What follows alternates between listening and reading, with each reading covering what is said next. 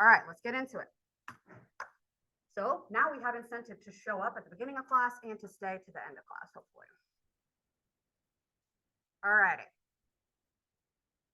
Make sure that I am looking. Okay. I just want to make sure that I check who is online. You guys, like I said, can always join on Zoom. All right, so we're going to talk about microbes today. What is microbiology? What are microbes? So microbiology is the study of microorganisms, which are organisms that are just too small to be seen with the naked eye. We'll even be talking about parasitic worms. Those guys, you can see them with the naked eye, straight up, the adults anyways, but we still often diagnose them because they're so hidden within the body a lot of times. We diagnose them by their eggs and their larvae, which are still often microscopic, okay? So they'll fall in this category. We're going to talk about all the major groups of microorganisms, and we're going to divide them into major groups as part of taxonomy. It's one of the wonderful things that I'm sure we're going to remember from like 8th grade science or whatever. You guys remember the kingdom, phylum, and all that stuff.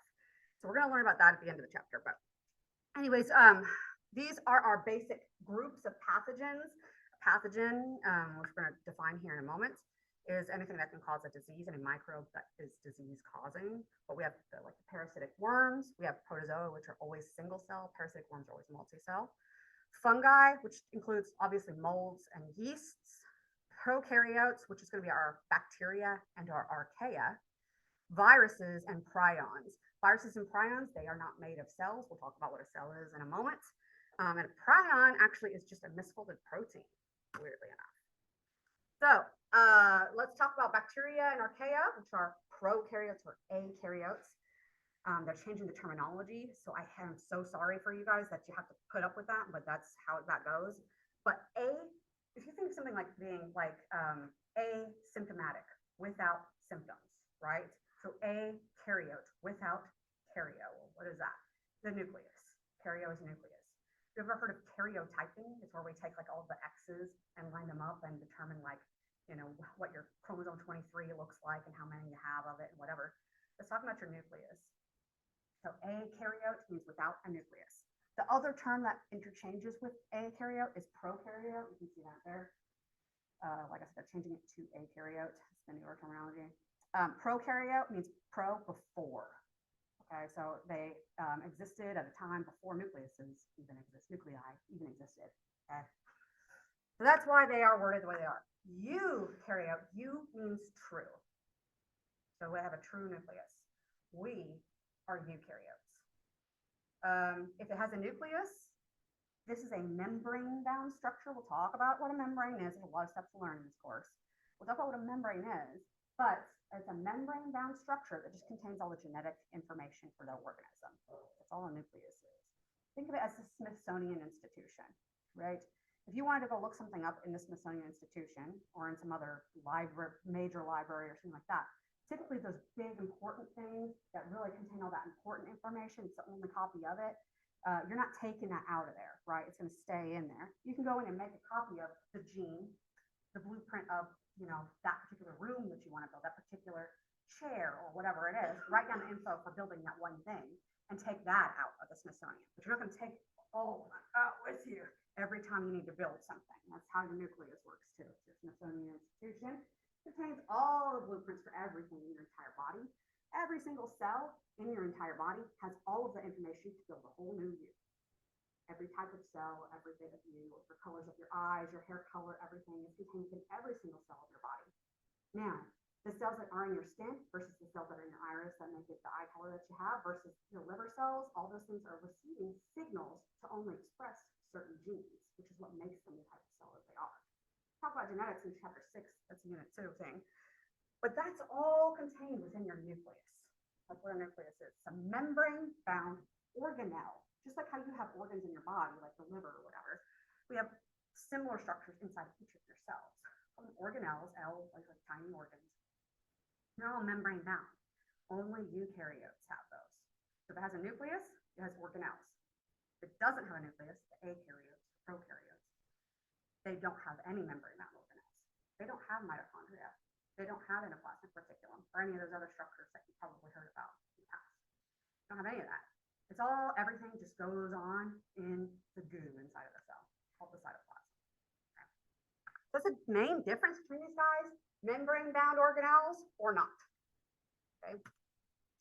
Photosynthetic microorganisms. More than 70% of the oxygen in our atmosphere comes from microbes, not plants. Most of our atmosphere that we breathe, that we rely on for existence, comes from microbes, not plants. So we're talking algae. Algae are not plants. They're protista, kind of like our protozoa are.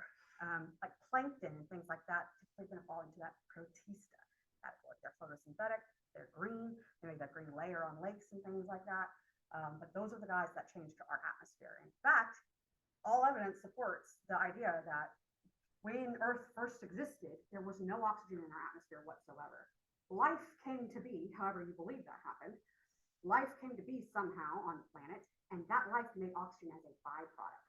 Then life evolved to use that oxygen byproduct for its advantage, and that's how we have oxygen-dependent life on Earth today. And that's the idea of how that evolved to be.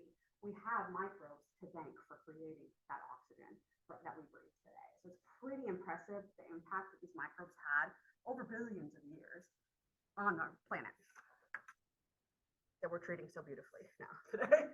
All right, we also know microbes are so important for decomposition. I don't think I need to tell you guys that, right? Fungi and bacteria play a big part in that.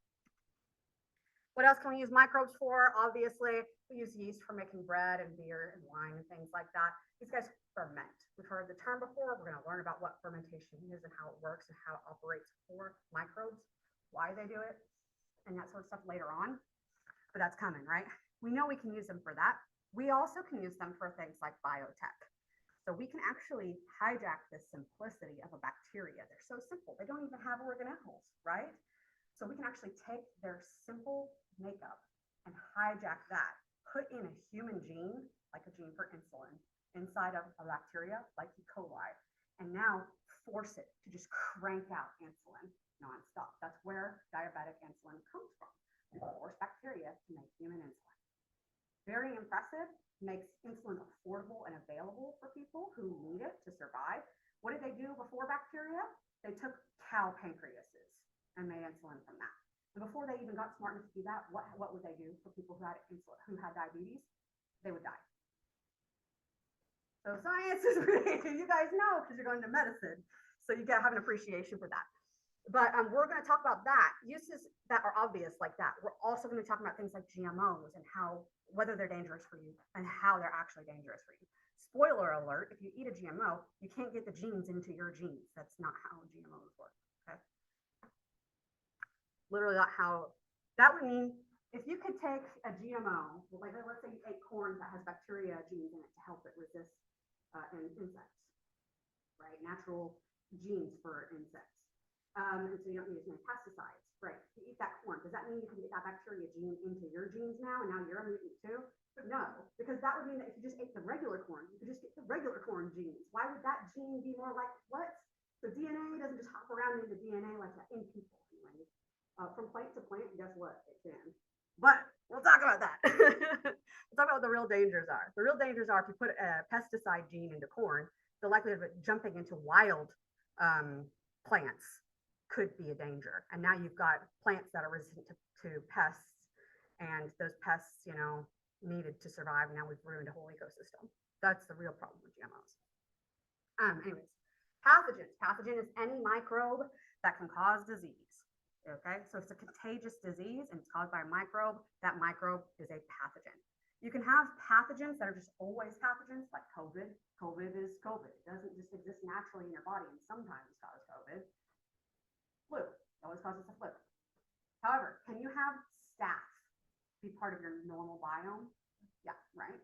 So you can, but sometimes it causes disease, right? We'll get cellulitis, we'll get pustules associated with it. We become resistant to antibiotics and become MRSA. So sometimes we have pathogens that aren't always pathogens, right? So we call those opportunistic pathogens. So I'll talk about all this stuff. We talk about disease. Is all disease caused by pathogens? No, obviously not. The number one leading causes of death in the United States, just overall, is going to be heart disease and cancer. Most of those aren't going to be caused by microbes. Can microbes cause cancer? Yes. If you're a woman, you probably know that's the whole point of a pap smear, right? To look for HPV that causes cervical cancer. So talk about that too.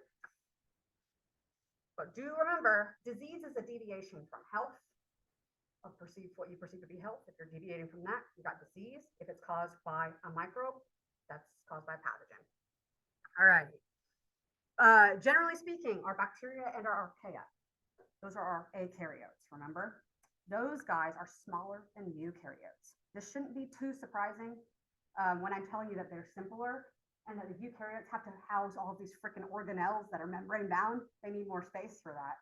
So they're tend to be more complex. The more complex we are, the bigger we are. So not surprising there, bacteria and archaea, they are cells. They're membrane bound, discrete living units. And that's what a cell is.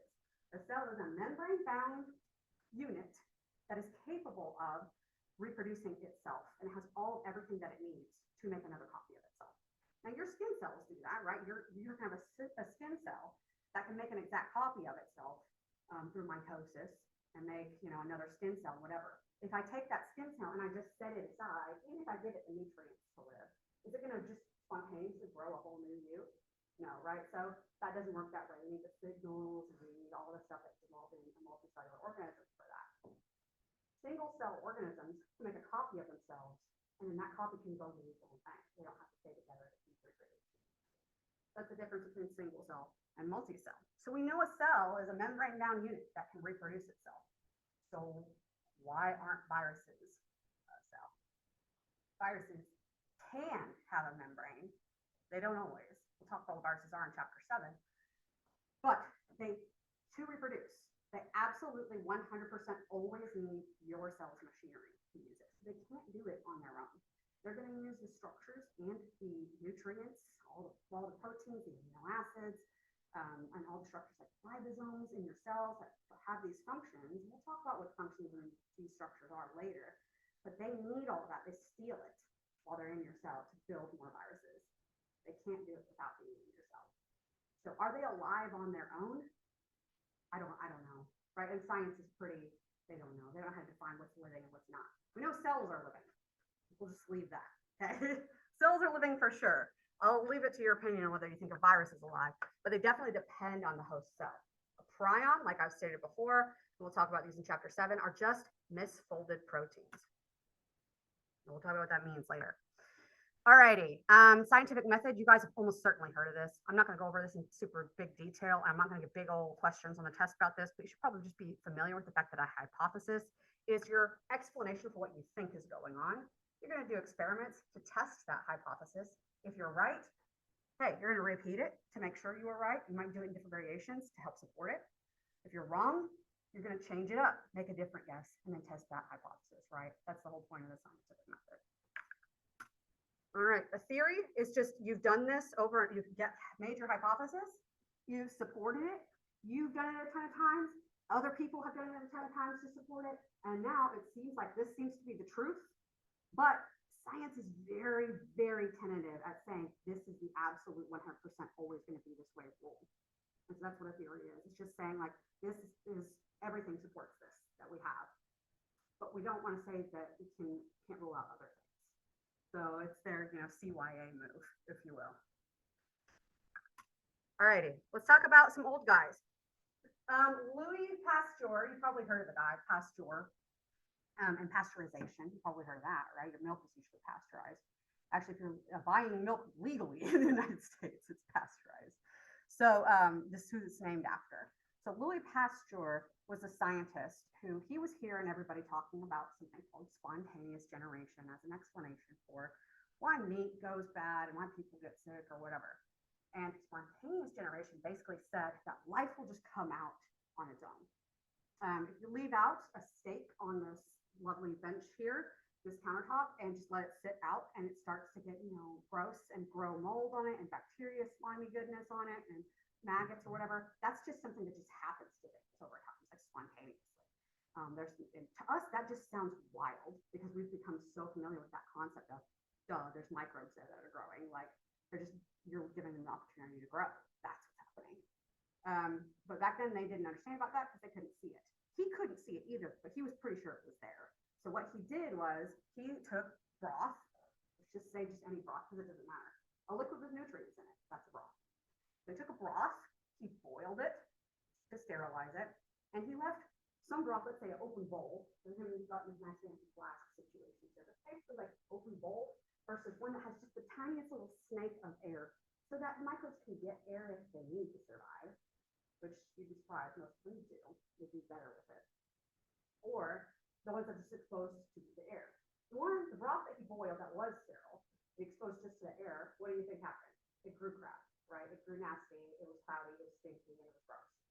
The one that had just a little snake in of the air, well, microbes couldn't get in there then, and so it stayed sterile. If it was spontaneous generation, it would have still been grown. So that's how his elegant experiments, he disproved spontaneous generation.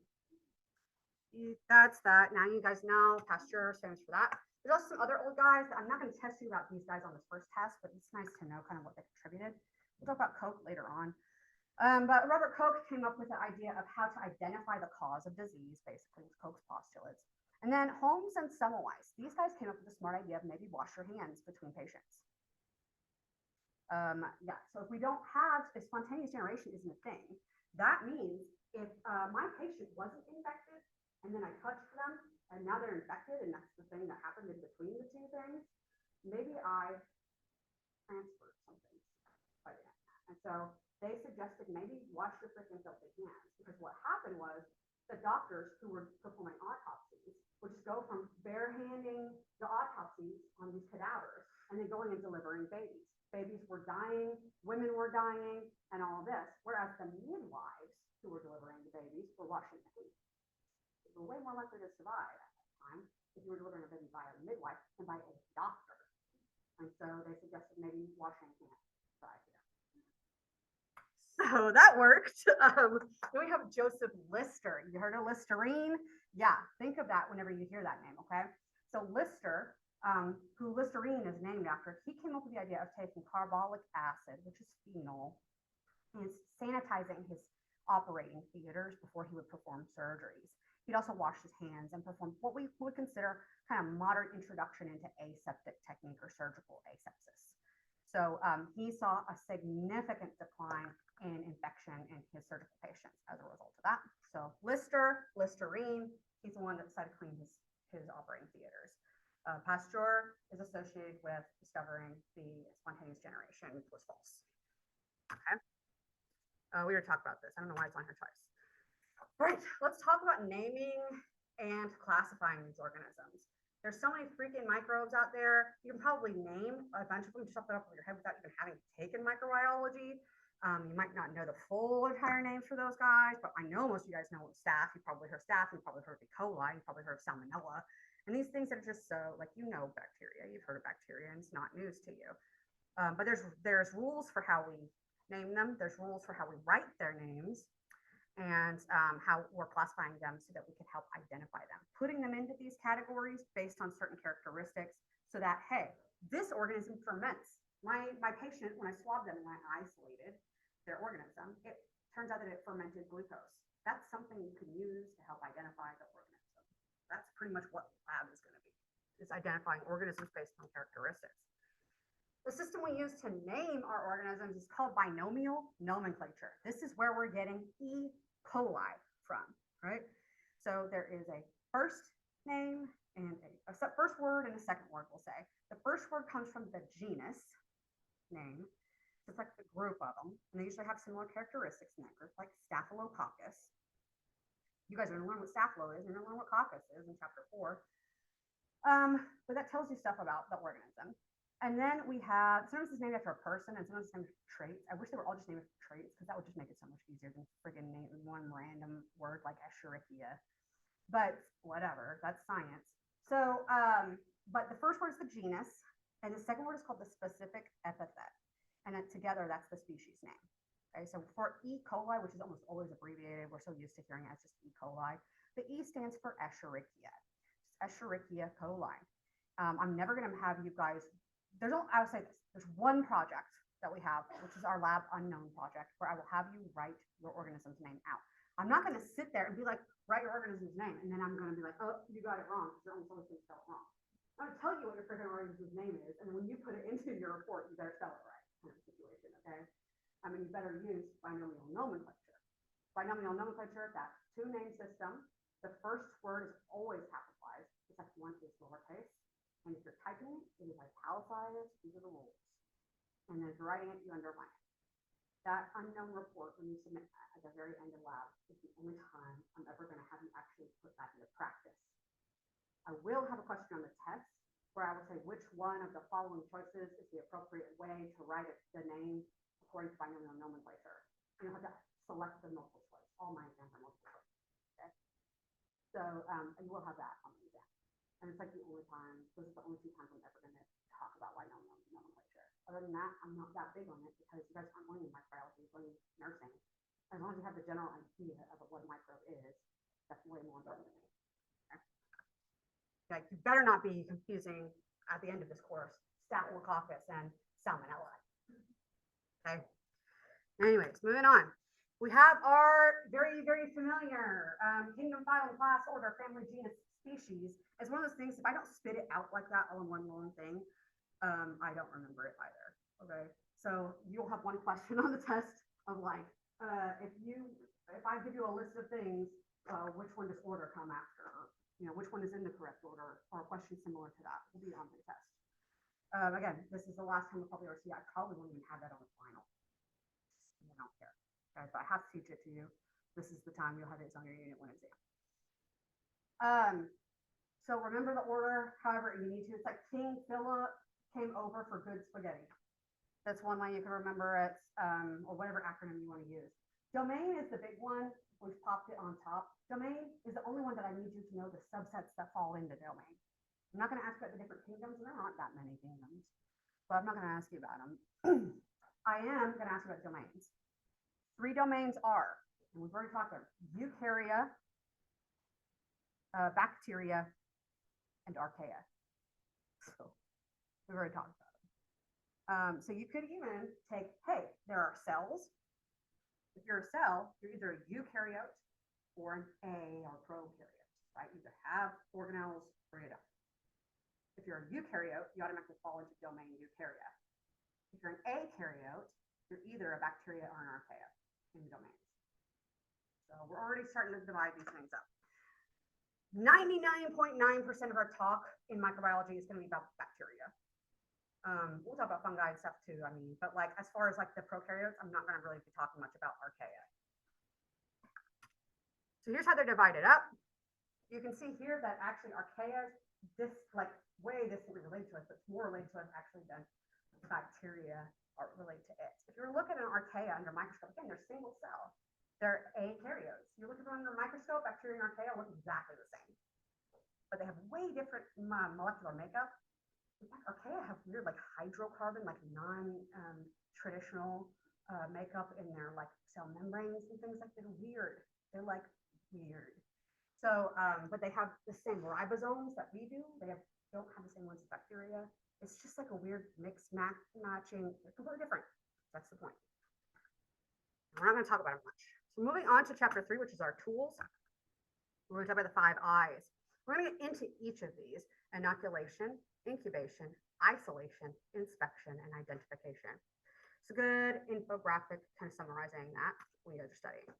Inoculation is producing a culture. Ideally, your goal is to make a pure culture. But let's say you go to urgent care with a sore throat.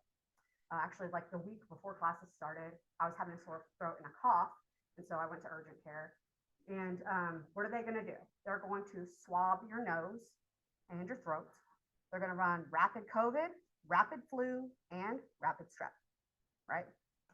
No surprise there. All of mine were negative. So, no biggie on me. Like I clearly had bronchitis. It was down in my throat and I was coughing yucky stuff up. So it's like antibiotic, you'll probably get over it, right? We didn't need to know exactly what it was. We had an idea of what we could probably guess at what we thought it might be. And even you guys, by the end of the semester, I'd hope probably even be able to guess what you thought it might have been. But we didn't need to know exactly what it was. Now, your patient comes in and they're blue. You're in the ER. They're blue. They can barely breathe. But they're testing negative for those 3 things. Now what? Right? You might want to know what that is. Number 1, to help treat them better, because now they're going to need more specific treatment. You can't just throw amoxicillin at that one, probably. Number 2, let's say you did throw amoxicillin at it, but they didn't get better. Now what? Number three, they have an immune system problem, or they're older, they're pregnant. Their immune system is weaker for those things. Could be all sorts of things, but you might want to know what that organism is. This course is going to give you the information you would need to help figure that out. So that stuff might be obvious, some might not. Your patient, let's say your patient that's coming in blue in the face, was also coughing up blood and was also homeless. Probably tuberculosis. You might be like, well, tuberculosis is not really that common. Well, actually, 1/3 of the world has tuberculosis. 1/3. That's not an exaggeration. So probably more likely than you think it is, especially in the homeless population, where they are living very close quarters to one another and not getting appropriate health care. Actually, I had an outbreak of tuberculosis at Edmond schools a little while back, a couple of years ago. Actually, the students, health people, more common than you probably think it is. So there's easy, quick tests for that, but you'd want to know what signs to look out for to reach for those tests, right? And how would you know if you didn't take microbiology? Well, the doctor will probably know, but it's going to make you a lot better of a healthcare provider if you can understand why you're doing what for your patients, and so that when their families ask questions, you're the one that's going to be there, right? Not the doctor. When's the doctor around? So I don't know if you guys have ever been to a doctor or stayed in a hospital, but the doctor is like there like 1% of the time, and the nurse is there always. So you're going to be the ones there, and it's going to help you be a better healthcare provider, the more knowledgeable that you are. Duh, that's the reason why we take this class. That's why they ask you to take this class, so that you understand what you're doing on the pathogen side. Anyway, that's my job. Anyways, so you swab someone's throat. They're blue in the face, and you want to figure out what's going on with them. You might want to culture it so that you can start figuring out what it is.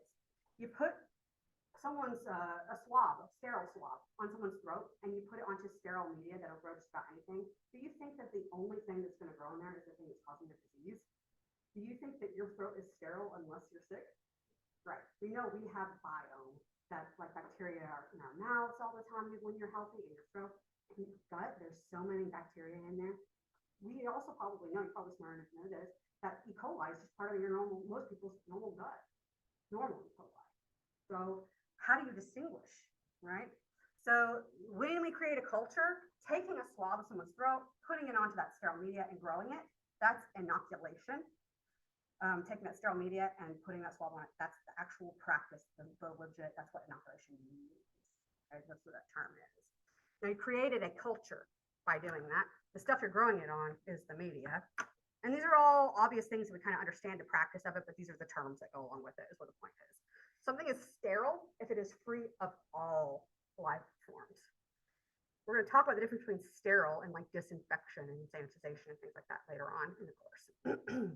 There's a whole bunch of different kinds of media that we'll be working with. We're obviously going to learn this in practice in more detail in the lab, but things like liquid versus solid, chemical composition, and then what you're actually using the media for. We'll talk about chemical composition in a moment, but for what the media is used for, if you're just trying to grow up some stuff, general purpose. If your organism won't grow on basic normal use media and it needs some extra thing added to it, that media is called enriched. We're going to get into that. Selective versus differential, that's coming too. Reducing media is used for organisms that can't grow in oxygen. So there are microbes, some of them that live in your gut, that if we expose them to oxygen, they would die, or they'd turn into like a dormant form of themselves. One of the most popular, most friendly, most beloved of all these microbes is C. diff. C. diff is an anaerobe. It cannot grow in the presence of oxygen. However, it turns into an endospore, which is a very hardy dormant form. We'll learn about that in chapter 4. That thing is resistant to almost everything. And so it's like once your patient has C. diff, it is way too easy to spread it from patient to patient. And so even when you're performing proper aseptic technique, the odds of you spreading it is just so high that you just have no idea. If you haven't worked in a hospital, those of you who are going into nursing, you will have rotations through hospitals, even if you don't want to stay in one. You're going to find out.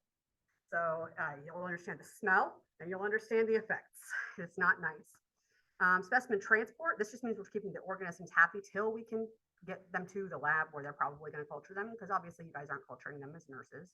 It's nice to know what's happening in the lab. Assay media is media that's specific for whatever assay they're doing. And then enumeration just means media that's used for counting. So you might want to know like how many bacteria are in a blood culture, for example. Gives you an idea of how infected your patient will be. We already talked about these. Semi-solid just means that it's like got a solid aspect to it, but it's not completely solid. I mean, I don't know how I'm explaining that. You guys know what that word means.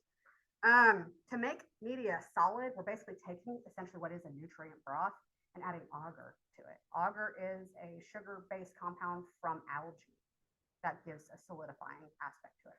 So we have a surface that's solid that we can grow these guys on. And why is that important? Well, we're going to talk about that. Defined media is something where we know the exact chemical composition. You put in 0.5% sodium chloride and blah, blah, blah, blah, blah, exact composition of chemicals in there. You know exactly what's in there. It's useful for research because now you can say, well, all of our studies were done with these exact chemical components. We know exactly what's in there. Now that might seem like, why isn't that used all the time? Because actually most of the time we're using complex media. So this is things like blood agar. So here we would have like 5% sheep's blood added into like nutrient agar. A lot of pathogenic organisms need like living cell nutrients available to them that we don't have in just regular media. So we're adding something to it, but does every single sheep blood have the exact same composition as every single sheep blood? Well, we wish we could control that, but no, it's literally just sheep blood. So that's where we're talking about complex. You don't know the exact chemical composition, but you know it has sheep blood in it. That's the best you can do. So all right, general purpose, we talked about that, general growth. So here's where we come back to enriched. Enriched media is where you have media where you add something to the media that organism needs to have provided to it because it can't make it for itself. Think about how you need vitamins in your diet. You have to eat a variety of foods to be sure you're getting vitamin B12, vitamin C, and all of these things. Your body cannot make those vitamins. You need it provided to you in your diet. And there might be amino acids that you need to build your structural proteins in your cells that you have to get from your diet. You can't make them. Your cells aren't capable of making them themselves. For example, lysine. Anybody ever seen Jurassic Park? It's like a stupid question. You've almost all seen Jurassic Park, right? You guys remember how they talk about the lysine contingency in Jurassic Park? Well, the dinosaurs, they need lysine in their diet to build their cells. And we have to provide, we've made it so we have to provide that in their diet to them. So they can't make it for themselves. And what's his face? Jeff Goldblum is like, well, life will find a way, and apparently does, right? Well, as it turns out, all living organisms need lysine provided to them in their diet. You can't make it for yourself. So you're getting your lysine that you need to build up your proteins, one of the amino acids, the essential amino acids, provided to you in your diet. So anything that's like that in an organism's diet that must be provided in the diet, they can't make for themselves, like vitamins and lysine, those are called growth factors. And bacteria have things like that too. And it's different from species to species. Like it would be from between us and like dogs. Maybe dogs can make some of their vitamins that we can't. So that's the idea. For example, bacteria can make folate. We have to have folate provided to us in our diets. They need it provided in their media. That's a growth factor. Organisms that have specific requirements like that are called fastidious. And the media that fastidious bacteria grow on that has the growth factor in it is called enriched. So those are the three terms that kind of go with each other, okay? Those will definitely be on the desk. All right, selective media. This is media that selects for one organism or group of organisms and doesn't allow growth of other ones. So it might have some sort of additive in it that is toxic to a group of organisms. We have media out there that has an ingredient in it that is toxic to gram-negative, and we'll talk about what gram-positive and gram-negative mean. So we might have an ingredient that's toxic gram-negative, and so only gram-positives can grow on it, or vice versa. So anytime it has an ingredient in it that prohibits growth of another group, it's selective. So this is controlling what can grow. Differential media, on the other hand, doesn't control what can grow, but what grows has an effect on the media. Usually it causes a color change.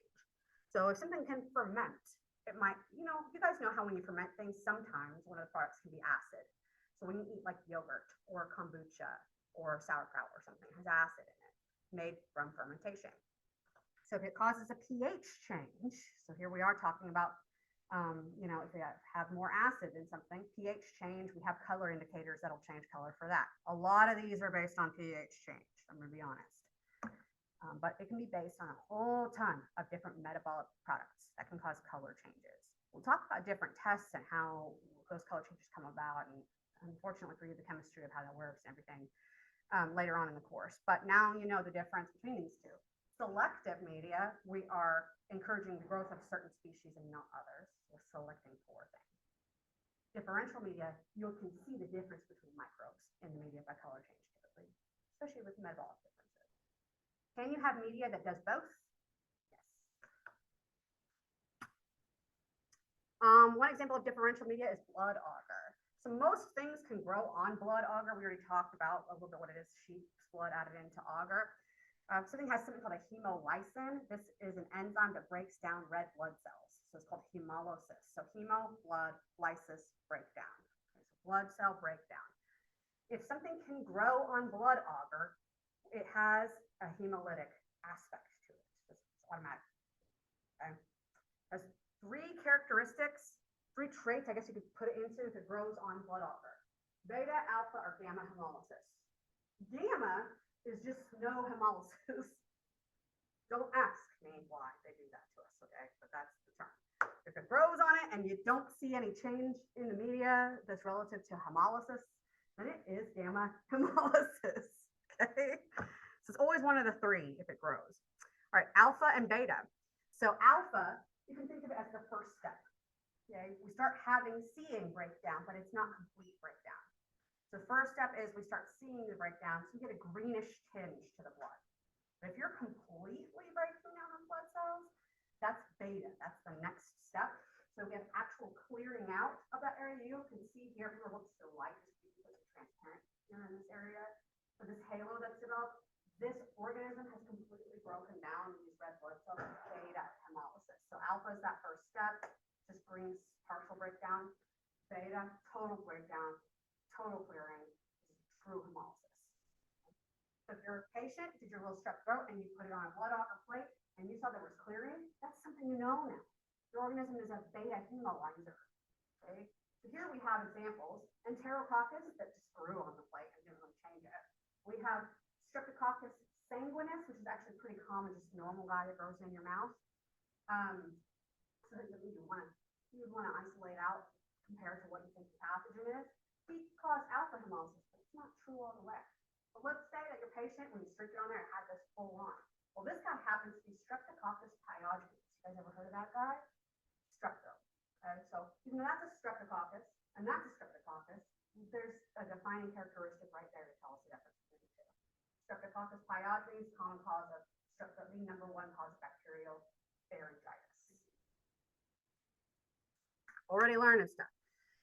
So we have media that can be both, like I said. Examples would be McConkey agar or mannitol. This is a picture of mannitol salt agar. On mannitol salt agar, we have literal salt in it. Gram-negative bacteria, we'll talk about why and what that means again in chapter 4, but they hate salt.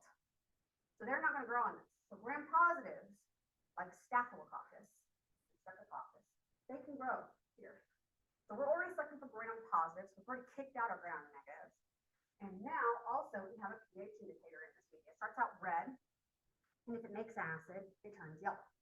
If we're breaking down mannitol, which is a sugar, and fermenting it into acid, we're going to turn the media yellow. Turns out that very, very common bacteria on your skin, Staphylococcus epidermidis, almost everybody in here has it growing on them right now.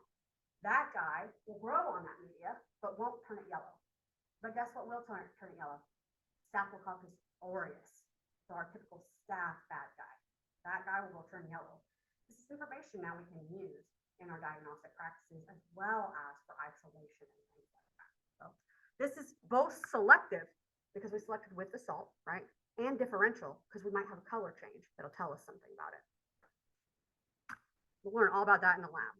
So colony, whenever you guys see all those plates growing, we have all these little spots growing up on the plates. Those are called colonies. And one colony comes from one cell that just multiplied up and piled up on itself. That's useful because that means if I can swab your throat and put it down on a plate, it's just a whole bunch of crap growing on it. It's all mishmashed all together. If I spread it out enough and get those cells separated enough, we can get discrete colonies formed from those individual cells take a sample of that colony, put it into sterile media, and now we have a pure culture. That's just one type of organism. And now we can assess that pure culture to determine traits about your organism, right? So that's the whole point of getting those colonies. So how do we do that? We use the straight plate method. It's the most common one. It's the one that you guys need to know. It's the one we're going to do in lab. You put the crap down on your plate, just zhuzh it on there. You got a whole mishmash of cells. You can see that in this first area here. Look at all this. We got red and yellow and white all mixed up in together up here. You put it on that. You sterilize your little wire loop. You go back in maybe once or twice, zhuzh it out again to kind of spread it out. Flame your loop again to sterilize it and get it completely clean. Go back in, and you do that 4 times. Eventually, you're going to have spread out those cells so much that you'll get individual cells. And if you let it grow, will pile up on each other like the colonies that they are here. Then you can select one of these and create a pure culture. You create the white culture, the red culture, the yellow culture, right there. 3 organisms that you can look at. So that's how that works, and we'll do that in lab to get a better sense of how that works. Create your pure culture from that. What we started out with all the mixture of the white and the red and the yellow, that's a mixed culture. It was like that when we got it. It's probably what you would get if you swabbed your throat and put it on a plate. Contaminated culture, you made your pure culture, and now there's some other crap growing in it. You probably had your pure culture and something got into it. It's not the same thing as a mixed culture, right? So I want you guys to just be aware of the difference there. The contaminated culture, that's when you had your pure culture and something else got introduced from the environment typically. Mixed culture, it started out that way when you got your sample. It's already that way. Okay. We're in a pure culture, it's just one organism. All right, so in our 5 I's, now we're into inspection and identification. I'll try to push through this stuff real quick for you guys. Inspection and identification, essentially just doing tests, growing it on those special medias. Does it grow on this or not? Does it change the color or not? Doing PCR tests, which are genetic tests, to see if the genetic genes are there or not. We'll talk about how that works in later chapters as well. So doing those tests, seeing if somebody has an antibody for something. So an antibody is a protein that is made by your body to bind on to anything that's foreign. So if your body can see something as foreign, it can make an antibody it can make a protein called an antibody to that foreign marker, and it will bind to it. We'll talk about what the purpose of that is later on, but that's what an antibody is, okay? Part of your immune system. If you have an antibody to HIV in your blood, and I can detect that you have HIV antibodies, what does that mean? It means you have HIV. Why? Why doesn't it mean you just seen it and got rid of it? Because once you have HIV, you have it forever. Now, I had a student argue with me, and not to say argue, but she brought up the point that you can become undetectable with HIV. Absolutely, you can. You think those people who had tested positive for HIV virus, who are now undetectable for HIV virus, meaning that the machines can't see that you have any virus in your blood. Do you think those people still have antibodies to HIV? Yes. So that's typically what we will use to see if somebody has HIV, because that tells us more about it than seeing the virus does. HIV incorporates its genetic information into your cell's genetic information. It literally puts its DNA into your DNA. How do you get that out? You cannot. There is no way. So once you have HIV, you have it forever. You can take medications to keep your body from making virus and shedding that virus into the blood, which will make you undetectable. If you go and get tested and I take a vial of your blood, and that vial that I took from your body, out of all the blood in your body, that one vial that you sent to that machine has no virus in it whatsoever, you are undetectable. Does that mean you have no viruses being shed in your body whatsoever? It means you are undetectable. That's what it means. That means you should still be using protection. It means you should still be notifying your partners that you are HIV positive. If you guys encounter any of your patients that think that it is appropriate not to notify their patients that they have HIV or to use protection, that when they are HIV positive and they are undetectable, you need to notify them that that is inappropriate and unethical behavior, because they could still be transmitting HIV. HIV is a lifelong infection. Now, we don't think too much about HIV here in the United States because we're so aware of how to protect from it, and you'd be surprised probably the percentage of the population that has it. I don't know off the top of my head here in the US, but I'll tell you what the percentage of the population is for sexually active adults in South Africa. 50%. That means half of the people in this room right now would have HIV. That is shocking. And it should have you really thinking about world health versus just United States health. And the need for more research into helping potentially cure HIV, which will mean removing that genetic information from their cells, which is that's a monumental task. But anyways, tests like this exist, and they're different for these different organisms for different reasons. And we're going to learn about that in this class. We already talked about kind of the size of our eukaryotic cells, like our own blood cells, for example, which you can see there on that second section, microscopic view, versus down at the very, very bottom, we have a hydrogen atom, which is the smallest, like true still atomic structure. Prions are proteins, which are much smaller than viruses. And poliovirus is one of the smallest viruses that we know of. This just puts it into scale. We're going to just briefly go through the microscope stuff, and then we'll be done. We're going to talk about the structures and the parts of the microscope and how they work and everything in the lab. So I'm not going to go over them too much here. Okay. But you do need to know them for the lecture exam as well. This is how light travels through. It starts at the base, through the light bulb from the bottom, up through the specimen on the slide, hits the first lens. That's your objective lens, the ones that rotate, the objective lens. That creates the real image. The first lens that first sees that specimen image creates the real image. It's going to go through some mirrors and out the eye lens, the ocular lens, for another magnification that creates the virtual image. It's virtual because it's the second time we're seeing it go through a lens. Okay. Microscopes, we have magnification, resolution, and contrast. Magnification, how big we're making it. Resolution, how clear the image is. And contrast, this is like gray versus light gray compared to black versus white. Just the ease of telling the difference between structures. We're going to talk about these guys and magnification. When you're calculating magnifying power, which I will have you do, okay? But this is what I'm saying. Our ocular lenses are always 10x. And so you're always going to multiply whatever your objective lens is by your ocular lens. And so ours is always your objective lens, which might be anywhere from 4, 10, 40, or 100, multiplied by your eye lens, which is always 10. So just add another 0 on there, guys. Don't overwhelm yourselves, okay? To get your overall magnification.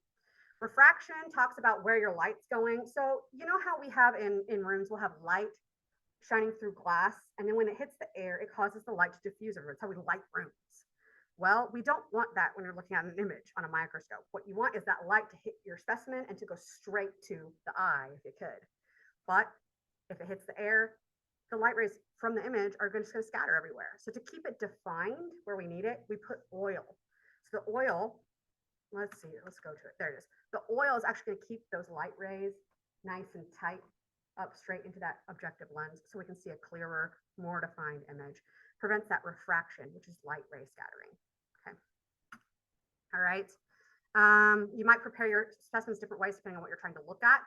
If you want to look at live specimens swimming around, then you want to use a wet mount. However, it's just wet mounts looking at actual living specimens, but you can't stain your cells if you do that, and they're going to be moving around. If you want to look at them fixed in one place, you're going to want to fix them to the slide, and we use heat to do that. This kills the cells, it adheres them to the slide, and it preserves their set of components so the things inside of the cells aren't moving around either.